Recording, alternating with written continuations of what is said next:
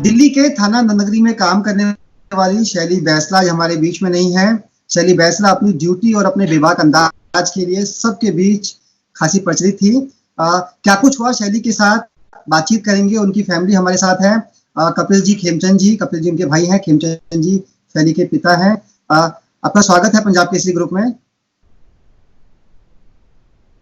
जी। आपसे जानना चाहेंगे कपिल जी, क्या हुआ था? लगातार वो ड्यूटी पर जा रही थी, फिर ये सब कुछ कैसे घटित हुआ? वो शैली बंसल जो है मेरी बहन है, वो लगातार ड्यूटी पर जा रही थी। वो नाइट ड्यूटी करती थी सर। नाइट ड्यूटी में वो गई थी 1 तारीख से 2-3 दिन पहले तो छुट्टी पर चल रही थी कुछ दिन से, तो और 2-3 दिन वो लगातार ड्यूटी जा रही थी। तो उसको ड्यूटी पर 2 तारीख में ड्यूटी गई थी, रात को बुखार हुआ ड्यूटी पर ही। वहीं से उनको उनके कांस्टेबल है उनके थाने से ही, वो उन्हें छोड़ने के लिए घर आए थे सुबह।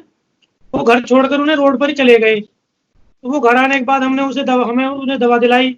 दवा दिलाने के बाद उन्हें आराम नहीं हुआ था कुछ भी। उनके साथ बुखार, साथ साथ सर में दर्द था और उल्टी आ रही थी। तो इसलिए हमने 3 तारीख की शाम को उन्हें कैलाश हॉस्पिटल है ग्रेट नोएडा में, उसमें एडमिट कराया था।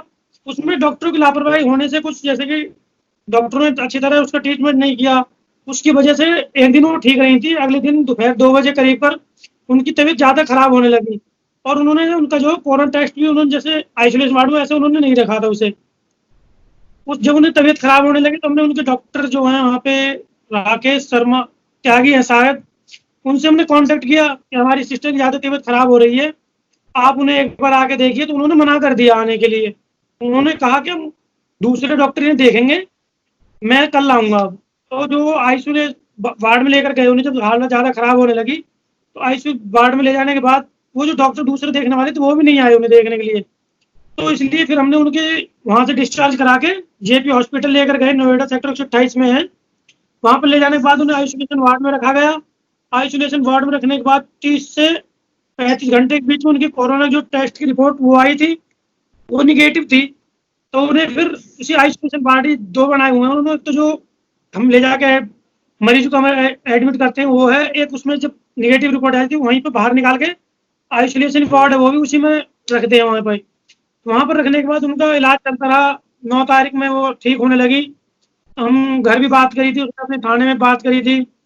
तो उस बात करने के दौरान वो डॉक्टर कहने लगे ने उनका कोरोना टेस्ट दोबारा होगा, जिसमें वो फिर वार्ड में शिफ्ट कर देंगे उन्हें।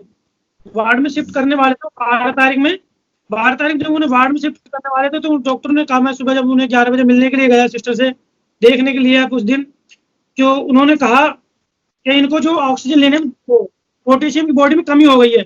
यहाँ पे उनके कैनुला लगा हुआ था जिससे उन्हें पोटेशियम की दे रहे थे। फिर 11-12 बजे तो वो हुआ था, फिर 2 बजे करीब उनको दोबारा फोन आता मेरे पास। वो कह रहे थे ना ऑक्सीजन लेने में दिक्कत है। जब उन्हें ऑक्सीजन लेने में दिक्कत थी या उनके फेफड़ों में सूजन सी और उनके जो हार्ट ने कम काम करना कर दिया, तो उन्हें 9 तारीख के बाद उसका कोई टेस्ट कोरोना का नहीं किया। हो सकता है 2 टेस्ट जो पहले उन्होंने किए थे, एक 4 तारीख में किया था, एक 9 में किया था। जब 9 से 4 तारीख के बीच में 5 दिन में उन्होंने 2 टेस्ट कर दिए। तो 9 तारीख के बाद वो 25 तारीख तक एडमिट रही। जो जब उन्हें दिक्कत हुई थी हार्ट में या सांस लेने में दिक्कत थी तो उन्हें कोरोना टेस्ट करना था, बट उन्होंने 15 दिन में उनका कोई टेस्ट नहीं किया। बस ऐसे ही बता रहे कि इनका कोई उम्मीद नहीं है, ठीक होने की ना के बराबर उम्मीद है, ऐसे ही कहते रहे बस हमसे। ना उन्होंने, जैसे कि हमने कहा ये जो बुखार जो इनका दिमाग के लिए हुआ है या फेफड़ों में सूजन है वो किस वजह से है, तो उन्होंने वो भी हमें क्लियर नहीं किया कि इस वायरस से या कोई और वायरस है। उन्होंने ये भी नहीं बताया हमें, सिर्फ यही कहते रहे ऐसा कोई वायरस उसके बॉडी में नहीं मिला है हमें। क्योंकि देखो हम तो डॉक्टर नहीं है, जो तो डॉक्टर ही बता सकते हैं कि हमें उनका क्या टेस्ट कराना। हम तो सिर्फ उन्हें पे कर सकते हैं बढ़िया वो दिलाने के लिए।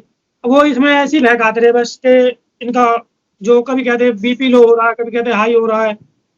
जो उनको बीपी डाउन बहुत जा रहा था, हार्ट ने काम करना बंद कर दिया था, ये इसलिए वो ये नहीं बता रहे थे क्लियर कि किस वजह से हो रहा है। अमित जी, लगता है लड़ाई लंबी है क्योंकि शैली की रिपोर्ट में कहीं भी कोरोना कंफर्म नहीं हुआ। दिल्ली पुलिस, दिल्ली सरकार कोरोना वॉरियर को ही जो भी एक कंपनसेशन होता है वो देती है। तो आप लोगों के सामने बड़ा चैलेंज है। परिवार का सदस्य तो खत्म हो ही गया, लेकिन एक बड़ी लड़ाई भी बाकी है। सर मैं आपको एक बात बताऊं कि WHO की गाइडलाइन ये कहती है कि अगर किसी की नाक और गले का सैंपल की रिपोर्ट अगर नेगेटिव आती है तो अस्पताल या जो भी हेल्थ ऑर्गेनाइजेशन है जो भी उसका ट्रीटमेंट कर रहा है या देख रहे हैं, वो उसके बोन मैरो का सैंपल लेके उसकी जांच करेंगे। और हमारी बहन 4 तारीख को जेपी अस्पताल में एडमिट हुई, 4 को उनकी जांच हुई जो नेगेटिव आई। इसके बाद 9 तारीख को एडमिट हुई, 9 तारीख को उनकी सेकंड जांच हुई जो नेगेटिव आई। 9 तारीख से 24 के बीच में उनका कोई कोरोना टेस्ट हॉस्पिटल वालों ने नहीं किया। बोन मैरो का सैंपल लेके क्यों कोरोना का टेस्ट नहीं किया, क्यों WHO की गाइडलाइंस का असर उन्होंने धज्जियां उड़ाई अस्पताल वालों ने।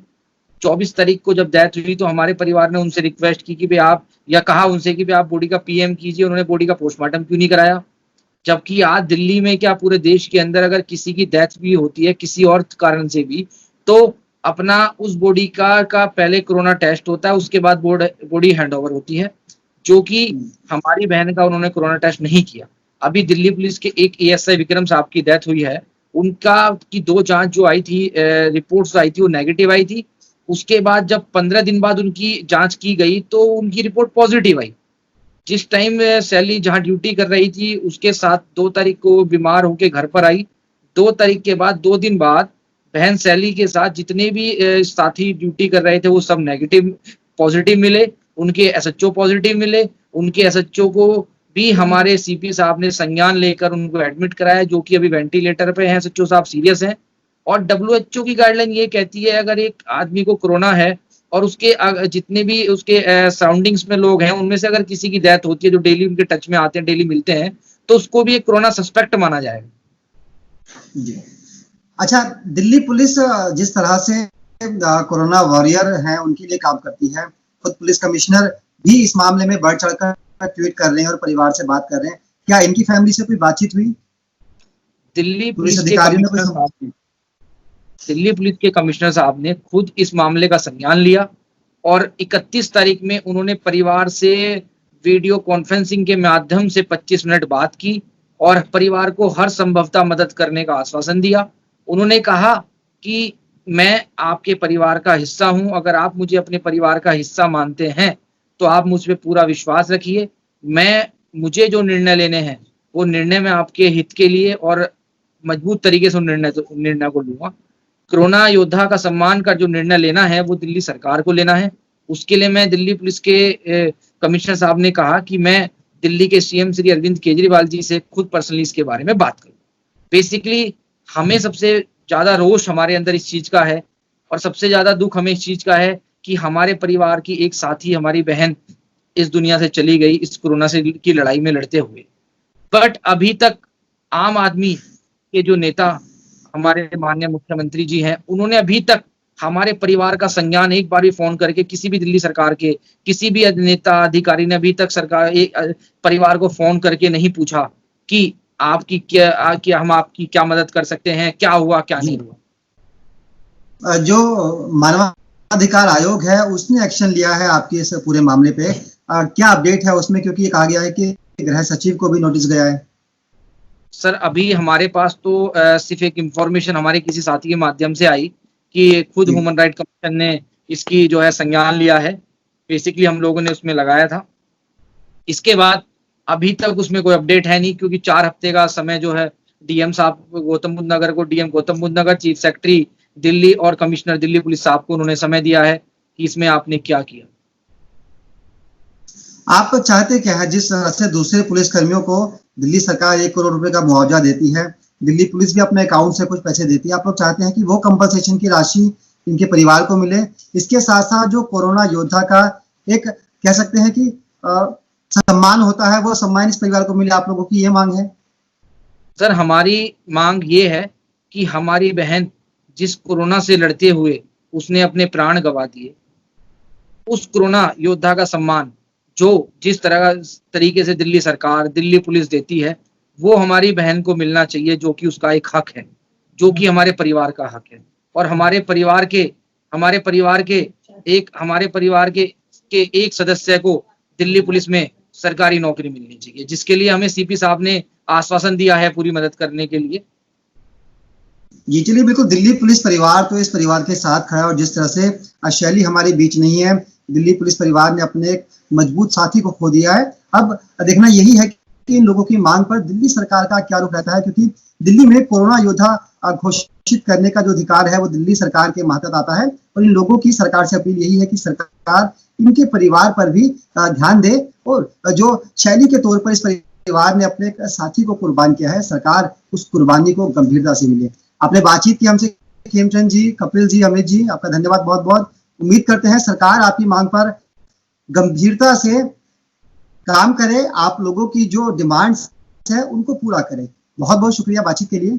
आपका भी बहुत बहुत शुक्रिया, आपने हमारे परिवार का दुख जाना, हमारे परिवार का दुख का संज्ञान लिया, हमारी पीड़ा को समझा। बहुत बहुत धन्यवाद पंजाब। जी, धन्यवाद।